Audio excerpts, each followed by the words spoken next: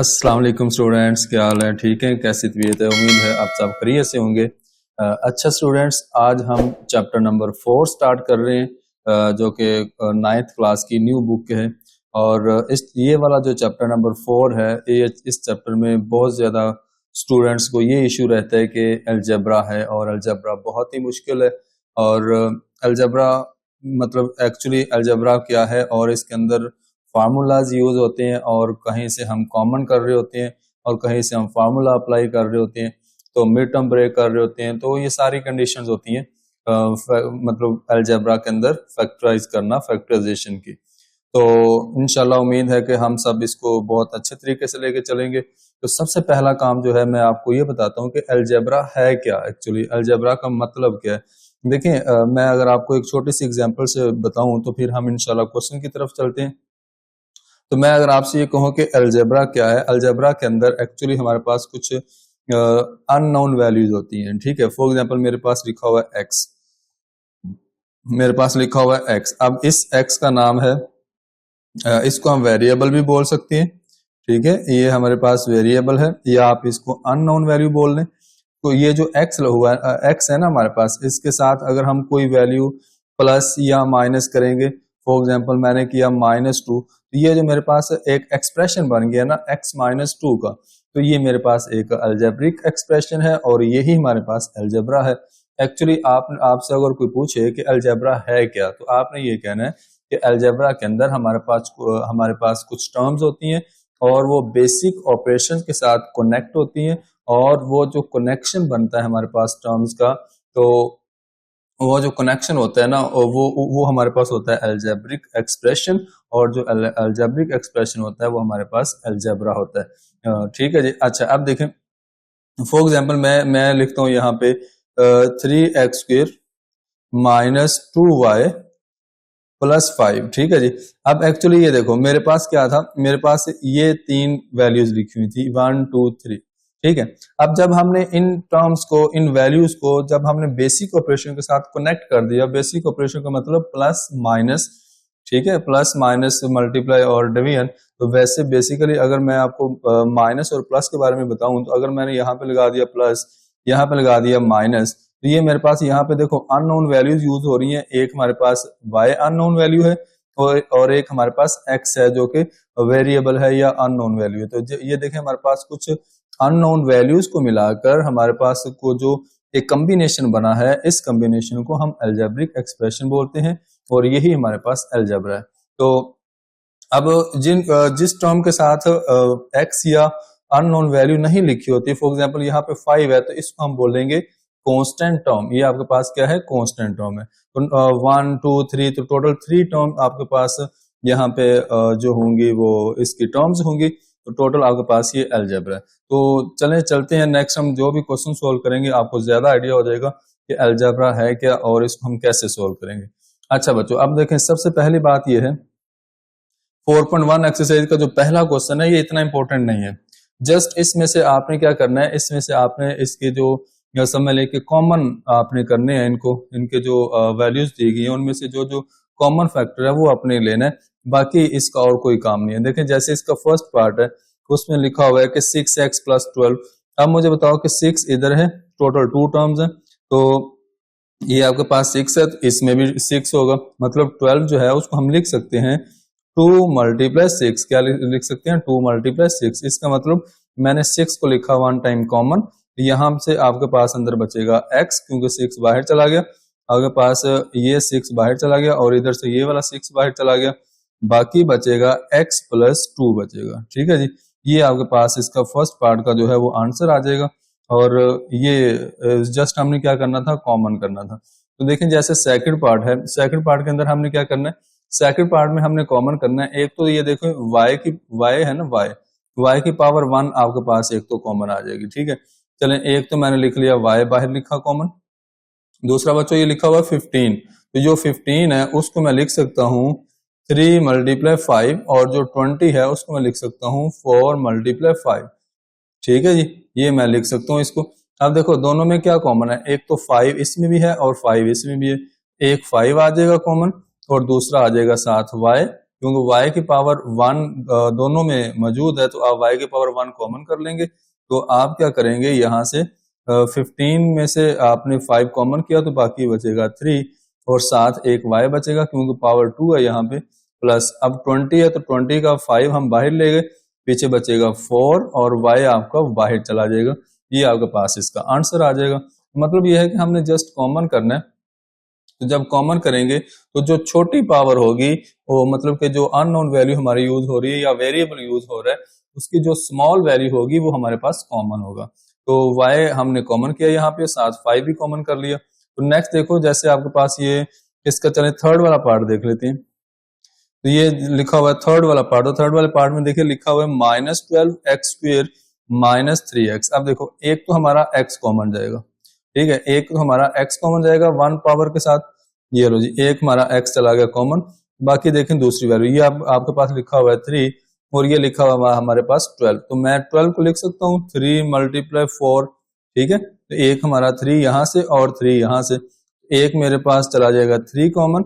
अब एक और चीज है, दोनों नेगेटिव टर्म्स हैं, दोनों क्या है, इधर भी माइनस है और इधर भी माइनस है। तो मैंने क्या करना है, 1 टाइम माइनस भी कॉमन करना है, 1 टाइम माइनस भी कॉमन किया। अब देखो माइनस भी बाहर चला गया और 3 भी बाहर चला गया और एक x की पावर भी बाहर चलेगी, पीछे क्या बचेगा 4 बचेगा और साथ x बचेगा, क्योंकि x की पावर 2 में से एक x बाहर चला गया, पीछे x बचेगा और यहाँ से -3x पूरा बाहर चला गया तो पीछे +1 बचेगा।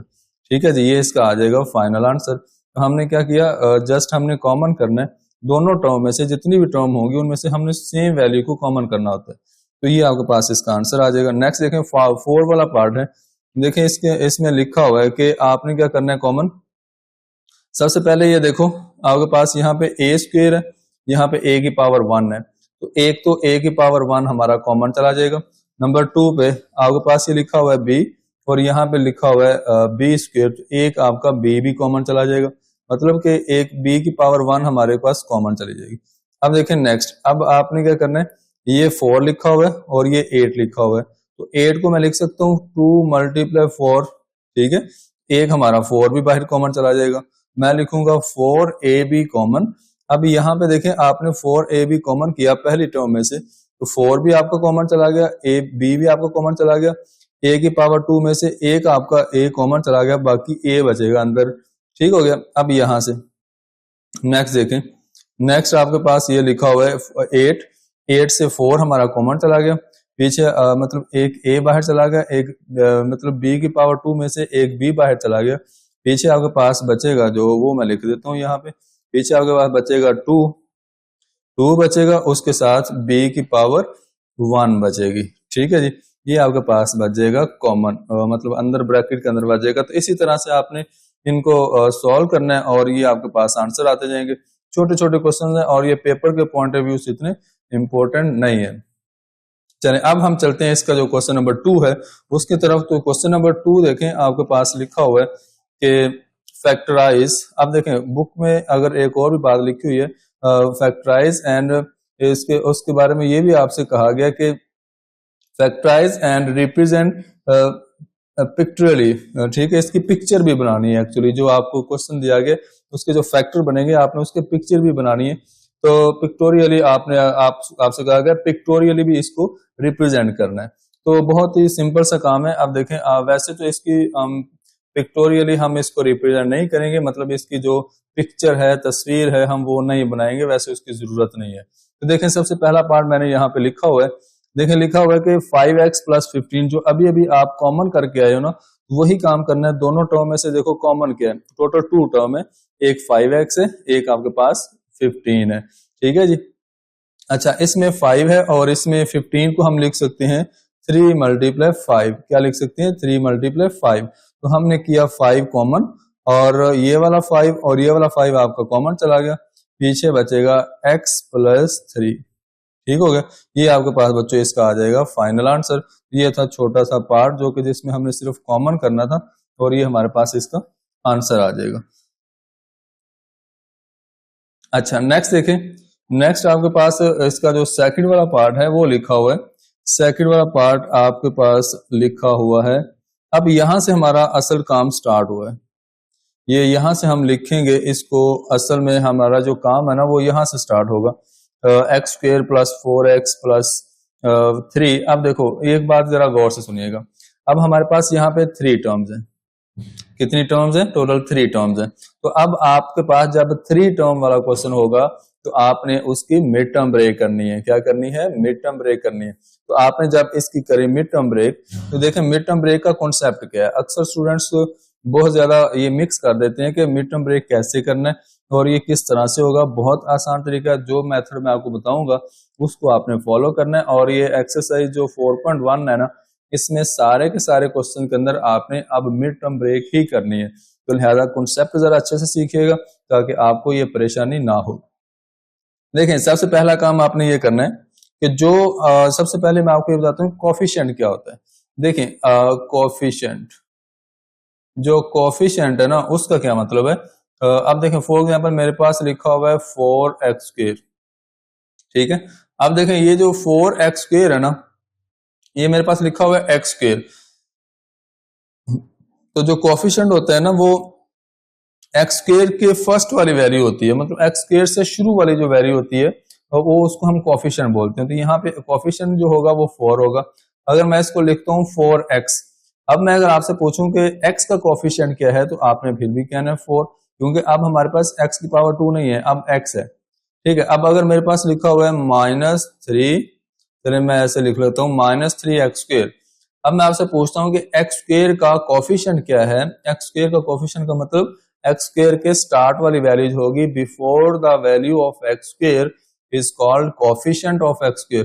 अब देखें आपने क्या करना है, इसको हम कहेंगे the coefficient of x² is equal -3। ये आपके पास इसका कोफिशिएंट होगा जो कि -3 होगा।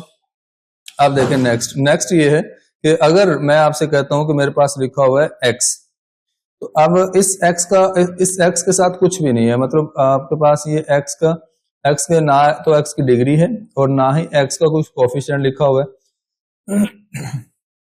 तो अब अगर आपसे पूछा जाए कि इस x का कोफिशिएंट क्या है, तो आपने कहना 1 है। अगर कुछ भी नहीं लिखा हुआ तो आपने क्या कहना है, वो 1 है। तो x का कोफिशिएंट आपके पास 1 हो गया। और नेक्स्ट देखें, नेक्स्ट आपके पास अगर फॉर एग्जांपल लिखा हुआ है -x², ठीक है। अब देखें -x² है, तो मैं आपसे अगर पूछूं कि -x² है और इसका कोफिशिएंट क्या होगा, तो देखें माइनस लिखा हुआ है ना x² के शुरू में, अगर कुछ भी नहीं है तो 1 है। इसका मतलब x² का कोफिशिएंट जो होगा वो -1 होगा। समझ गए बात। अगर इसी तरह से लिखा हुआ है फॉर एग्जांपल -y लिखा हुआ है, मैं आपसे पूछूं कि y का कोफिशिएंट क्या है, तो आपने कहना है -1 है। y का कोफिशिएंट क्या है? -1 है। ठीक होगा जी। तो जब कुछ भी नहीं लिखा हुआ तो 1 है, और उस y के शुरू में जो लिखा होगा, y के स्टार्ट में लिखा हुआ, वो आपके पास उसका कोफिशिएंट होगा। अब उम्मीद आपको ये बातें सारी समझ आ गई होंगी कि कोफिशिएंट क्या है। अब कोफिशिएंट की अगर आपको समझ आ गई तो अब हम चलते हैं क्वेश्चन की तरफ। तो क्वेश्चन आपका ये है, देखिए जो आपको फर्स्ट वाला क्वेश्चन नंबर 2 का जो सेकंड पार्ट है उसमें टोटल 3 टर्म्स है। तो जब आपने याद रखना है कि पहली टर्म जो होगी उसकी पावर 2 होनी चाहिए, जो दूसरी टर्म है उसकी पावर 1 होनी चाहिए, मतलब x की डिग्री की मैं बात कर रहा हूँ। ये x है, ये भी x है, इसकी डिग्री 2, इसकी डिग्री 1, उसके बाद कांस्टेंट होना चाहिए। तो एक ये डिसेंडिंग ऑर्डर में आपके पास ये इसकी पावर होनी चाहिए, ठीक है। पहले x² वाली टर्म, उसके बाद x वाली टर्म, उसके बाद कांस्टेंट टर्म। अगर 3 टर्म वाला क्वेश्चन है तो आप उसकी मिड टर्म ब्रेक करेंगे। क्या करेंगे? मिड टर्म ब्रेक करेंगे। तो ये देखो सबसे पहला काम आपने क्या करना है, x² का कोफिशिएंट लेना है। यहाँ पे कुछ भी नहीं है तो 1 है। आपने इस 1 को मल्टीप्लाई करना है कांस्टेंट टर्म के साथ। किसके साथ मल्टीप्लाई करना है? कांस्टेंट टर्म के साथ। आपने 1 को मल्टीप्लाई किया कांस्टेंट टर्म के साथ तो आपको मिला 3। क्या मिला? आपको मिला 3, ठीक है। ये लो जी। अब आपने इस 3 के 2 फैक्टर बनाने हैं। इस तरह के 2 फैक्टर बनाने हैं जिनको मल्टीप्लाई करें तो दोबारा ये 3 बनना चाहिए, और जिनको आपस में प्लस या माइनस करें आपके पास ये इस क्वेश्चन की मिड टर्म बननी चाहिए। ठीक होगा जी। ये आपने बस 2 बातें याद रखनी है। तो देखें हम क्या करेंगे, यहाँ पे मैं इसको मल्टीप्लाई करूंगा 1 मल्टीप्लाई 3, यही दोनों फैक्टर ले लेंगे।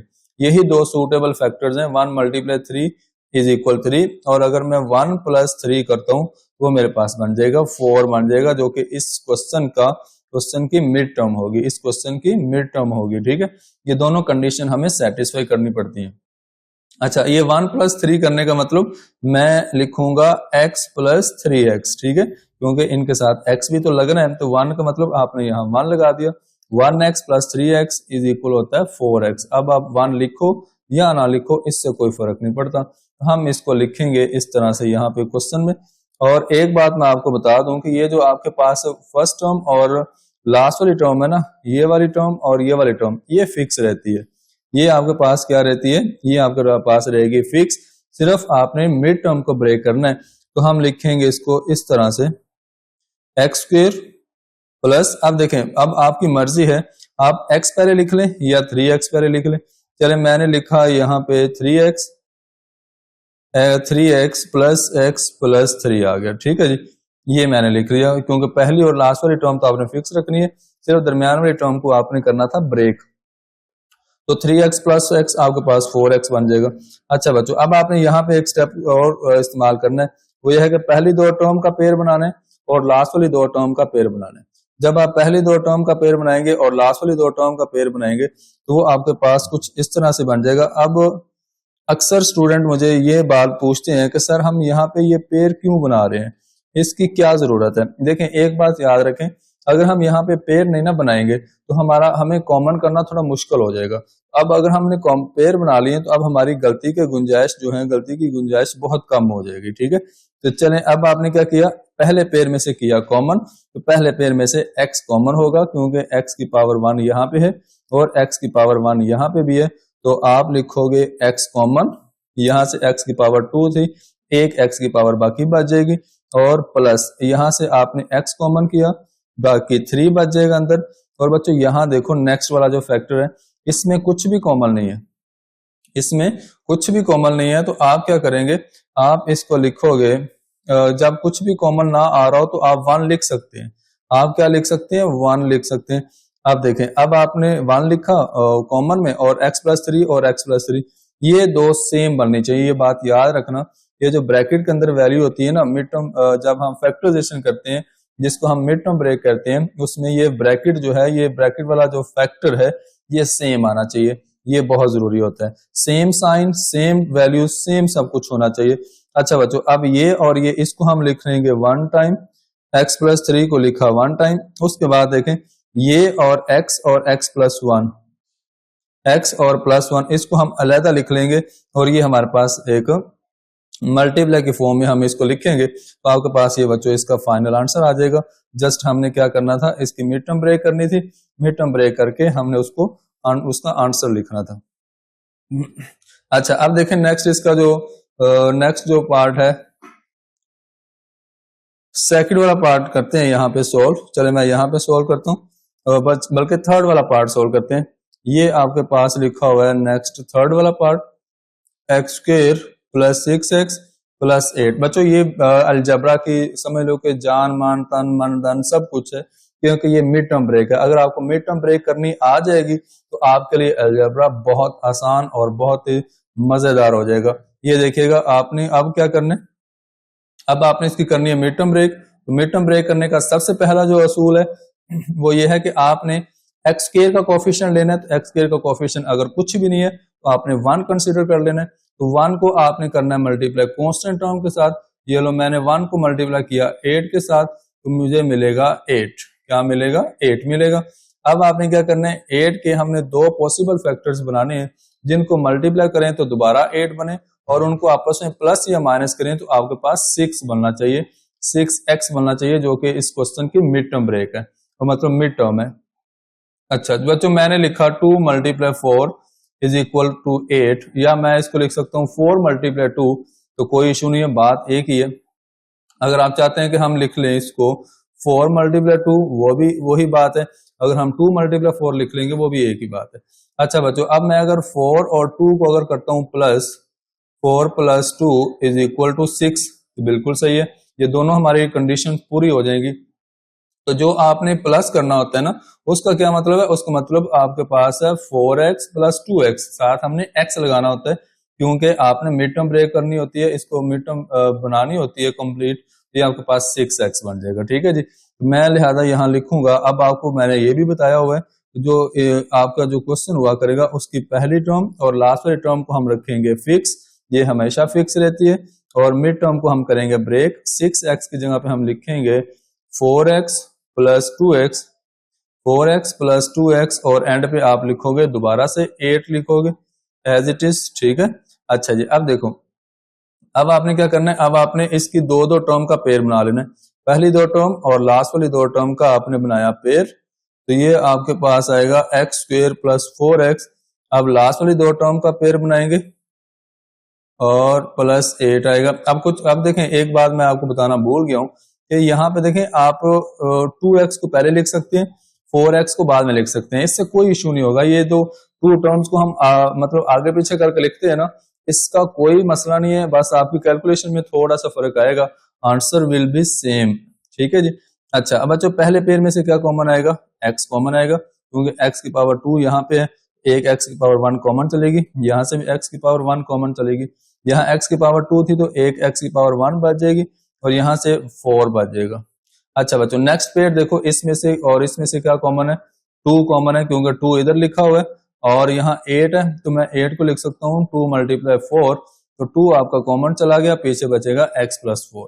तो बच्चों ये वाली वैल्यू और ये वाली वैल्यू हमेशा सेम आनी चाहिए, और ये सेम आती है, ठीक है।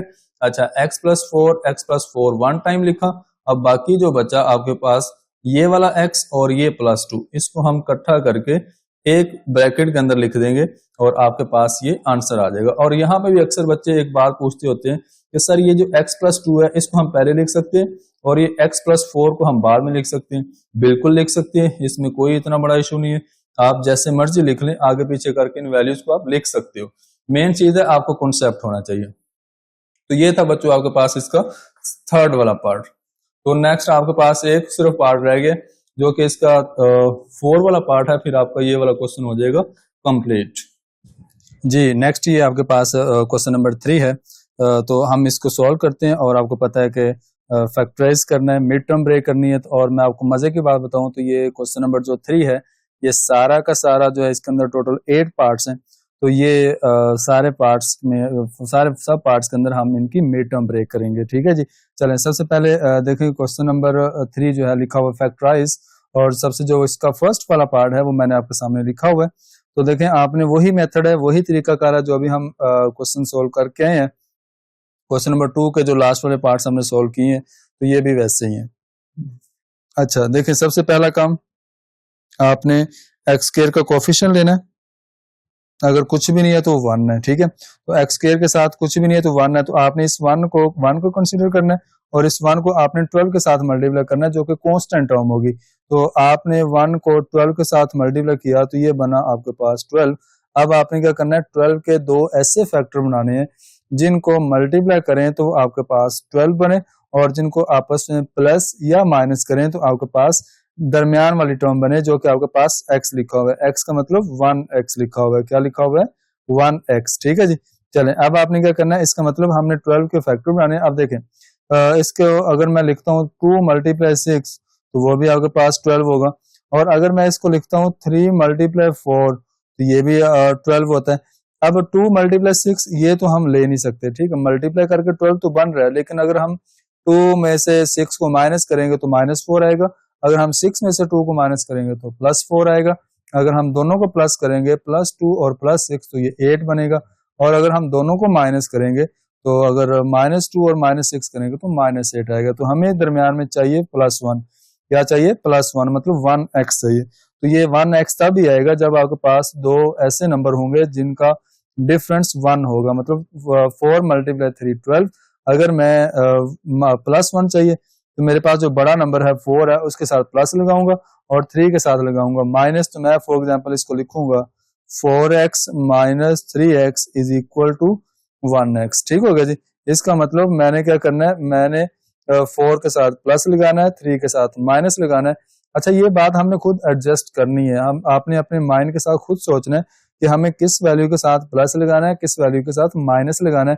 तो उसके बाद हम उसको मतलब कि एडजस्ट करके मिड टर्म बनाएंगे, उसकी जो दरमियान वाली वैल्यू है वो बनाएंगे। तो अब ये देखो 4x माइनस 3x ये आपके पास 1 बन जाएगा, और मैंने आपको ये बताया हुआ है कि जो इसकी पहली टर्म और लास्ट वाली टर्म होती है ये आपके पास होती है फिक्स। क्या होती है? फिक्स। और जो दरमियान वाली टर्म है इसको हम ब्रेक किया करते हैं। तो मैं लिखूंगा इसकी जगह पे एक्स स्क्वायर, जिसको मैंने सर्कल किया वो फिक्स रहेगी। एक्स स्क्वायर, चले मैं पहले 4x लिख लेता हूँ प्लस 4x। आप पहले -3x लिख सकते हो, बाद में प्लस 4x लिख सकते हो, इससे कोई फर्क नहीं पड़ेगा। तो और बाद में लिखूंगा -3x और एंड पे -12 वैसे ही रहेगा। ठीक हो गया जी। अच्छा जी, अब देखें नेक्स्ट हमने क्या करना है। हमने अब यहाँ पे इक्वल लगा लें, पहली दो टर्म का पेयर बनाना है और लास्ट वाली दो टर्म का पेयर बनाना है। तो मैंने जब पहली दो टर्म का पेयर बनाया तो ये आएगा एक्स स्क्वायर प्लस 4x, ये ब्रैकेट के अंदर माइनस। अब याद रखें बच्चों, यहाँ पे आ गया आपके पास माइनस। क्या आ गया? माइनस। जब माइनस बाहर आता है तो आप अंदर वाली जो टर्म्स होती हैं उनका साइन चेंज करते हो। ठीक है, ये जो माइनस है ये बन जाएगा प्लस। क्या बन जाएगा? प्लस। तो यहाँ आ जाएगा +12 ऐसे ही आ जाएगा। ठीक है, बस आपने ये याद रखना है, जब हमने ब्रैकेट के अंदर, ब्रैकेट के बाहर माइनस लेना है तो अंदर वाला साइन चेंज करना है। तो ये आपके पास आ गया।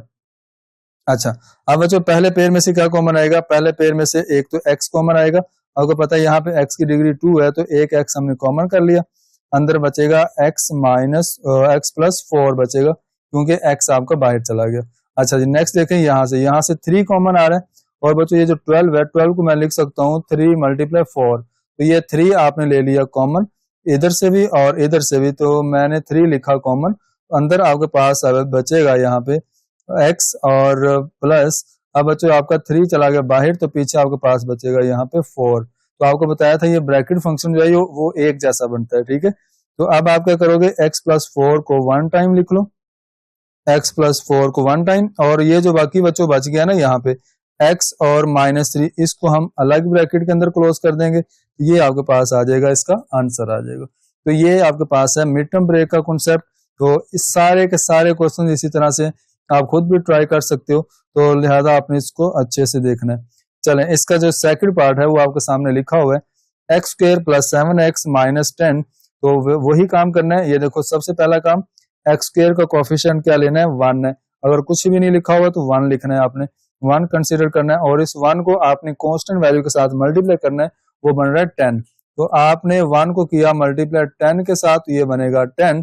अब आपने बच्चों 10 के दो फैक्टर बनाने हैं ऐसे, ये जिनको मल्टीप्लाई करें तो 10 बने, और उनको आपस में प्लस या माइनस करें तो दरमियान वाली टर्म बने जो कि 7x है। ठीक है, अब देखें मैं लिखता हूं 2 × 5 इक्वल होता है 10 के। अब अगर मैं 2 + 5 करता हूं तो ये बनेगा 7, तो जो कि आपके पास इसकी मिड टर्म हो जाएगी। तो बिल्कुल सही और एक्यूरेट हमारे पास बिल्कुल शॉर्ट से फैक्टर बन जाएंगे। तो ये मेरे पास आएगा, मैं इसको लिखूंगा 2x + 5x = 7x। ठीक हो गया जी, ये लिखूंगा। अब आप 2x बाद में लिख लें, 5x पहले लिख लें, ये आपकी मर्जी है। तो चले मैं इनको एडजस्ट करता हूँ, ये मेरे पास दोनों कंडीशन होगी सेटिस्फाई। अब मैं यहाँ पे लिखूंगा, आपको पता है कि पहली वैल्यू और लास्ट वाली वैल्यू हम रखते हैं फिक्स, इसको हम रखेंगे फिक्स। तो मैं यहाँ लिखूंगा x² प्लस, अब 7 को हमने ब्रेक करना है जो कि मिड टर्म है, तो उसको किस में ब्रेक करना है? 2x में और 5x में। तो चलो मैं यहाँ लिख देता हूँ 5x, पहले मैं 5x लिख देता हूँ, या आप अगर कहते हो तो 2 लिख देता हूँ। ये लो 2x + 5x, और एंड पे 10 वैसे ही रहेगा क्योंकि वो आपके पास फिक्स है। तो अब बच्चों आपके पास टोटल 4 टर्म बनेगी, पहली 2 टर्म, लास्ट वाली 2 टर्म। तो आपने क्या किया, पहली 2 टर्म का एक पेयर बना लिया, इसको आपने ब्रैकेट में लिखा, और लास्ट वाली 2 टर्म का भी आपने क्या बना लिया, एक पेयर बना लिया। ठीक है जी। अब बच्चों देखें, पहले पेयर में से क्या कॉमन आएगा, इधर x की पावर 2 है तो एक आपके पास x कॉमन चला जाएगा, क्योंकि इधर भी x की पावर 1 है। तो कम पावर जो कम पावर में वैल्यू लिखी होती है उसको बच्चों हम कॉमन करते हैं। तो आपके पास x जब जाएगा कॉमन, तो यहाँ से आपके पास x की पावर 2 में से एक x बाहर चला गया, पीछे आप दूसरी टर्म में से +2 बचेगा क्योंकि x आपका बाहर चला गया यहाँ से। ठीक है जी। अच्छा, नेक्स्ट देखें, नेक्स्ट आपके पास लिखा हुआ है, यहाँ से आपने बच्चों 5 किया कॉमन, और अंदर आएगा x क्योंकि आपका ये वाला 5 बाहर चला गया। जब आपने इस 5 को बाहर भेज दिया कॉमन, जो 10 है उसको हम लिख सकते हैं 2 × 5। तो 5 आपका कॉमन चला गया बाहर, पीछे बचेगा x + 2 बचेगा। और आपको बताया x + 2 ये वाला और x + 2 ये वाला, ये दोनों सेम है, मतलब सेम होने चाहिए। तो आपने लिखा x + 2 1 टाइम, ठीक है, जो सेम ब्रैकेट है उसको 1 टाइम लिखा, और जो बाकी बच गया ये x और ये +5, इसको हमने इकट्ठा करके एक ब्रैकेट के अंदर लिख दिया। तो आपके पास इसका आ जाएगा फाइनल आंसर आ जाएगा। क्या आ जाएगा, फाइनल आंसर आ जाएगा। ठीक है जी, तो ये आपने लिख दिया। अच्छा जी, नेक्स्ट चलते हैं इसका जो थर्ड वाला पार्ट है उसकी तरफ। तो बच्चों थर्ड वाला पार्ट भी सेम है, इसी तरह से देखें लिखा हुआ है x square minus 6x plus 8। तो अब आपको इतना आइडिया हो गया कि हमें कैसे फैक्टर बनाने हैं।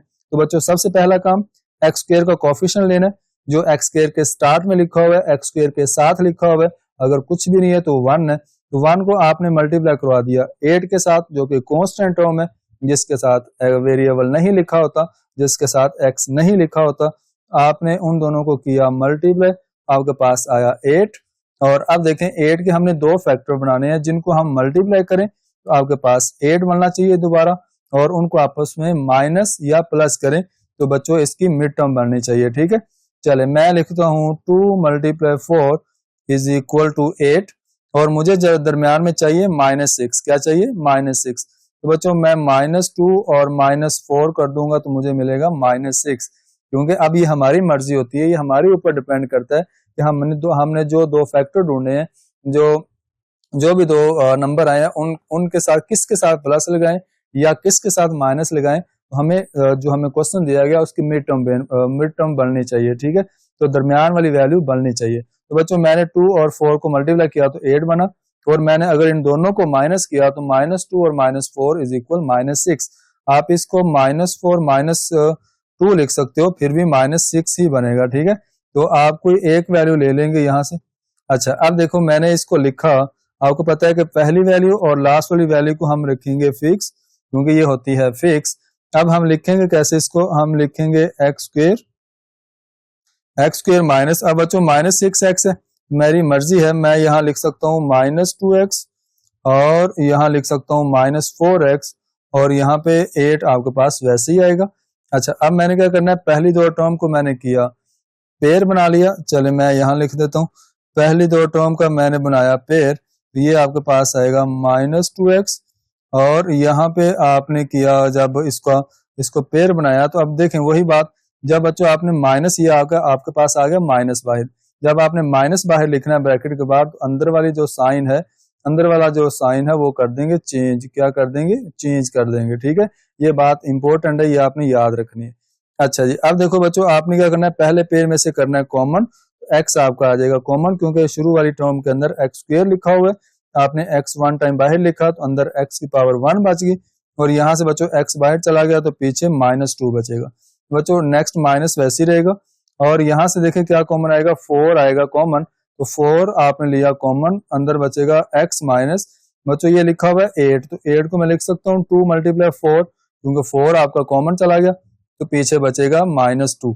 इसका मतलब x -2 ये वाला और x -2 ये वाला हो गया सेम, और ये मिड टर्म ब्रेक के अंदर हमारे पास ये सेम होना जरूरी है। ठीक है, अच्छा अब आपने क्या करना है, x -2 को लिखा 1 टाइम, जो कि सेम है, और जो बाकी बचेगा ये वाला x और ये -4, तो आपने लिखा x -4 को अलग ब्रैकेट के अंदर। अब ये आपका बन जाएगा फाइनल आंसर। तो बच्चों नेक्स्ट आपके पास है इसका 4 वाला पार्ट, सेम वैसे ही है, तो आपने इसको करना है सोल्व। तो सबसे पहले आपने क्या किया, सबसे पहले आपने लिखना है यहाँ पे इसका सोल्यूशन, और सबसे पहले आपने एक्स स्क्वायर का कोफिशिएंट देखा, वो आपको 1 दिया गया, कुछ भी नहीं है तो 1 आपने कंसीडर कर लेना है। इस 1 को अब बच्चों आपने करना है कांस्टेंट वैल्यू के साथ मल्टीप्लाई, तो आप लिखोगे साइड पे 1 मल्टीप्लाई 56 इज इक्वल 56। ठीक हो गया जी। अब आपने बच्चों 56 के दो फैक्टर बनाने हैं, जिनको मल्टीप्लाई करें तो आपके पास 56 आए, दोबारा 56 बनना चाहिए, और उनको आपस में प्लस या माइनस करें तो आपके पास इस क्वेश्चन की मिड टर्म बननी चाहिए, जो कि आपके पास -1 है, लिखा हुआ ना -x, तो x का कोफिशिएंट क्या बन रहा है, -1। अच्छा जी, बच्चों आपको पता है कि 7 मल्टीप्लाई 8 करने से आपको मिलेगा 56, 7 मल्टीप्लाई 8 करने से आपको मिलेगा 56। और वैसे भी मैं आपको एक बात बता दूं कि ये जो आपके पास -1 जब चाहिए हो ना, दरमियान में -1 चाहिए या 1 चाहिए, तो आपके पास बच्चों क्या किस तरह का डिफरेंस होना चाहिए, इस तरह के दो नंबर होने चाहिए जिनका फर्क 1 का होता है, जैसे 7 8, 8 9, 10 11, 2 3, 4 5, 5 6, मतलब इस तरह के दो नंबर लाने हैं जिनका फर्क 1 का हो। ठीक है, जिनको आपस में माइनस करें तो 1 आना चाहिए। तो हमें -1 चाहिए, ठीक है। हम क्या करेंगे, हम बच्चों मेरे पास 7 और 8 दो नंबर है, तो मुझे चाहिए -1। तो -1 लाने के लिए मैं बड़ी वैल्यू के साथ लगाऊंगा माइनस, मैं इसको लिखूंगा 7 - 8, तो हमें मिलेगा -1। बच्चों -1 का मतलब -x, ठीक है, जो कि इसकी मिड टर्म है। तो हम अब लिखेंगे इसको किस तरह से, ये आपके पास आ जाएगा मल्टीप्लाई का, और माइनस करने का केस हम इसको लिखेंगे x² माइनस, अब देखिए आपको बताया है कि जो पहली टर्म है और लास्ट वाली टर्म है इसको हम रखते हैं फिक्स, इसको हम क्या रखते हैं, फिक्स रखते हैं। तो ये आपके पास आएगा x²। अब आपकी मर्जी है, आप +7x पहले लिख लें और -8x बाद में लिख लें, और एंड पे आएगा -56, ठीक हो गया जी। तो चलें, अब आपने क्या करना है, पहली दो टर्म का बनाना है पेयर। तो जब आपने पहली दो टर्म का बनाया पेयर तो x + 7x आ जाएगा ब्रैकेट के अंदर। अब देखें नेक्स्ट लास्ट टू टर्म्स देखें बच्चों, यहाँ पे लिखा हुआ है माइनस, जब माइनस होता है बाहर अंदर वाला साइन चेंज होगा, क्या होगा, अंदर वाला साइन, ये जो माइनस है ना इसको हम प्लस कर देंगे, ठीक है। तो हम लिखेंगे यहाँ पे माइनस बाहर चला गया, अंदर बचेगा 8 + 56, 8 + 56, क्योंकि माइनस बाहर लिया, अंदर वाला जो साइन है उसको चेंज कर दिया, ठीक है जी। अब बच्चों पहले पेयर में से क्या कॉमन आया, इधर x आ जाएगा कॉमन, अंदर बचेगा x + 7। अब आप लोगों की इतनी तो प्रैक्टिस हो गई है कि अब आपको आइडिया हो गया कि कैसे कॉमन करना है। तो x आपने कॉमन निकाल लिया, अब लास्ट वाले फैक्टर में से आपने 8 कॉमन निकाला, तो जब अंदर बचेगा x प्लस, अब बच्चों जो 56 है उसको लिख सकते हैं 7 × 8, तो 8 आपने कॉमन निकाल लिया, पीछे बचेगा +7। अब देखो ये x + 7 और ये x + 7, ठीक है, दोनों बन गया सेम, और ये सेम होना बहुत जरूरी है। तो ये आपके पास बच्चों आ जाएगा x + 7 1 टाइम, और ये वाला x और ये -8 इसको हम इकट्ठा करके एक ब्रैकेट के अंदर लिखेंगे और दरमियान में कोई साइन नहीं लगाएंगे, तो ये आपके पास बच्चों इसका आ जाएगा फाइनल आंसर।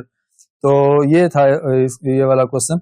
अब नेक्स्ट चलते हैं, इसका जो 5 वाला पार्ट है उसको करते हैं सॉल्व। तो 5 वाला पार्ट है, और मैं बच्चों कोशिश करूंगा कि पहले 5 पार्ट जो है वो मैं इस वीडियो के अंदर रखूंगा, और नेक्स्ट इस क्वेश्चन के 3 जो पार्ट्स हैं वो अगली वीडियो के साथ ले जाऊंगा, और नेक्स्ट जो क्वेश्चन नंबर होगा आपके पास 4, उसके भी टोटल 8 पार्ट्स हैं, तो वो का सारी वीडियो मुकम्मल एक बना लेंगे, ठीक है। तो क्योंकि इस तरह से ना वीडियो काफी लेंथी हो रही थी, तो मैंने इस तरह से पहले 5 पार्ट इसमें रखे और नेक्स्ट 3 पार्ट इसी क्वेश्चन के अगली वीडियो में ले जाऊंगा। तो चले, मैंने दोबारा से इसको सॉल्व करना है। तो बच्चों वही काम, आपको पता है कि x² का कोफिशिएंट आपने लेना है, उसको आपने कांस्टेंट वैल्यू के साथ मल्टीप्लाई करना है। तो अगर x² के साथ कुछ भी नहीं लिखा तो आप 1 कंसीडर करेंगे, और इसको मल्टीप्लाई करेंगे 24 के साथ, तो आपको मिलेगा 24। अच्छा, अब बच्चों कांस्टेंट वैल्यू के साथ प्लस लिखा हो या माइनस लिखा हो, हमें उसको नहीं देखना, हमें सिर्फ कांस्टेंट वैल्यू देखनी है, ठीक है। अच्छा जी, अब आपने क्या करना है, इस 24 के 2 फैक्टर बनाने हैं, जिनको मल्टीप्लाई करें तो दोबारा 24 बने, और उनको प्लस या माइनस करें तो आपके पास क्या बनना चाहिए, -10 बनना चाहिए। क्या बनना चाहिए, -10, जो कि इस क्वेश्चन की मिड टर्म है। अच्छा बच्चों, 24 बनाने के लिए हमारे पास क्या है, एक तो होता है 2 × 12, ये आपके पास होता है 24। एक आपके पास होता है 4 × 6, तो ये भी 24। 6 × 4 कह लें या 4 × 6 कह लें, तो वो 24 होता है। इसके अलावा और 8, हाँ बिल्कुल बच्चों, 3 × 8, वो भी आपके पास 24 होता है। तो ये आपके पास एक ऐसा क्वेश्चन है जिसके पॉसिबल फैक्टर्स बहुत ज्यादा है, ठीक है। टोटल 4 है, एक ये वाला, एक ये वाला और एक ये वाला, तो टोटल 4 पॉसिबल फैक्टर्स बनते हैं इसके 24 के।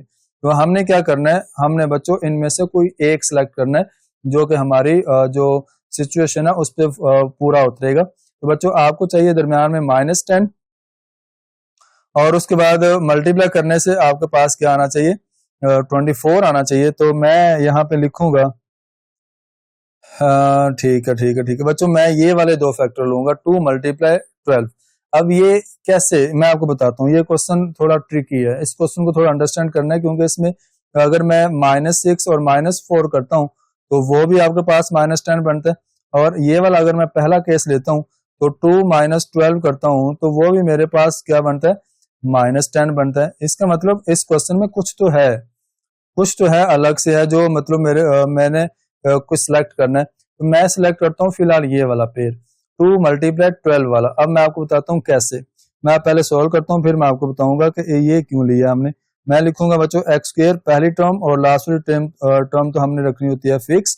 अच्छा, उसके बाद माइनस, अब 10 है ना, -10, तो मैंने -10 बनाना है, तो मुझे 12 के साथ माइनस लगाना है और 2 के साथ प्लस लगाना है। बड़ी वैल्यू के साथ माइनस लगाएंगे तो माइनस आएगा। मैंने लिखा -12x और इसको कर दिया +2x। बच्चों +2x पहले लिख लो, -12x बाद में लिख लो, इससे कोई फर्क नहीं पड़ता। ये मैंने लिखा एंड पे -24 वैसे। अच्छा बच्चों, अब ये देखो पहली दो टर्म का पेयर बना लेंगे और लास्ट वाली दो टर्म का पेयर बनाएंगे। तो मैं लिखूंगा एक्स स्क्वायर -12x और लास्ट वाली दो टर्म का पेयर बनाया तो प्लस बाहर है, तो हमने लिखा +2x -24। ठीक है जी। अच्छा जी, अब देखो बच्चों आपने क्या करना है, पहले पेयर में से x करना है कॉमन। x की डिग्री 2 है तो एक x बाहर चला गया, पीछे x की पावर 1 बचेगी और यहां से आपके पास बच जाएगा 12। ठीक है, क्योंकि x आपका बाहर चला गया। बच्चों अब आपने 2 करना है कॉमन, ये आपने लिया 2 कॉमन यहां से। अब जब 2 कॉमन किया तो आपको पता है जो 24 है उसको हम लिख सकते हैं 2 × 12। तो जब आपने 2 कॉमन कर लिया तो पीछे आपके पास क्या बचेगा, पीछे आपके पास 12 बचेगा। ये बच गया क्योंकि ये वाला फैक्टर और ये वाला फैक्टर सेम बन गया और ये ब्रैकेट हमेशा सेम आती है। हमने लिखा बच्चों x -12 वन टाइम और ये x और ये +2 को हमने एक साथ करके लिख दिया और ये आपके पास इसका आ जाएगा फाइनल आंसर। अच्छा, अब जब हम अगर बच्चों -4 और -6 ये वाला केस अगर लेते हैं ना, तो फिर हमारे पास ये जो हमारी कंडीशन है ना वो सेटिस्फाई नहीं होनी थी। मतलब कि ये जहां पे आया ना हमारे पास x -12 तो वो लेने से यहाँ पे हमारे पास क्या आना था, एक प्लस में आना था और एक माइनस में आना था, तो इसलिए हमारा वो क्वेश्चन रॉन्ग हो जाना था। आप खुद प्रैक्टिस करके देख सकते हो। तो मैंने इसलिए वो वाला लिया जिसके अंदर हमारी पूरी कंडीशन पूरी होगी, मतलब ये वाला ब्रैकेट और ये वाले ब्रैकेट सेम आने चाहिए। मतलब अगर x -12 इधर है तो इधर भी x -12 ही आना चाहिए, तो फिर आपका क्वेश्चन सही है। इसलिए मैंने ये वाला चूज किया। तो बाकी ये था आपके पास क्वेश्चन नंबर 3 का 5 वाला पार्ट, थोड़ा इंटरेस्टिंग है, आपने इसको अच्छे से समझना है। तो बच्चों इसी के साथ हम इस लेक्चर को खत्म कर रहे हैं और अपना ख्याल रखिएगा। मिलते हैं इंशाल्लाह नेक्स्ट वीडियो के अंदर।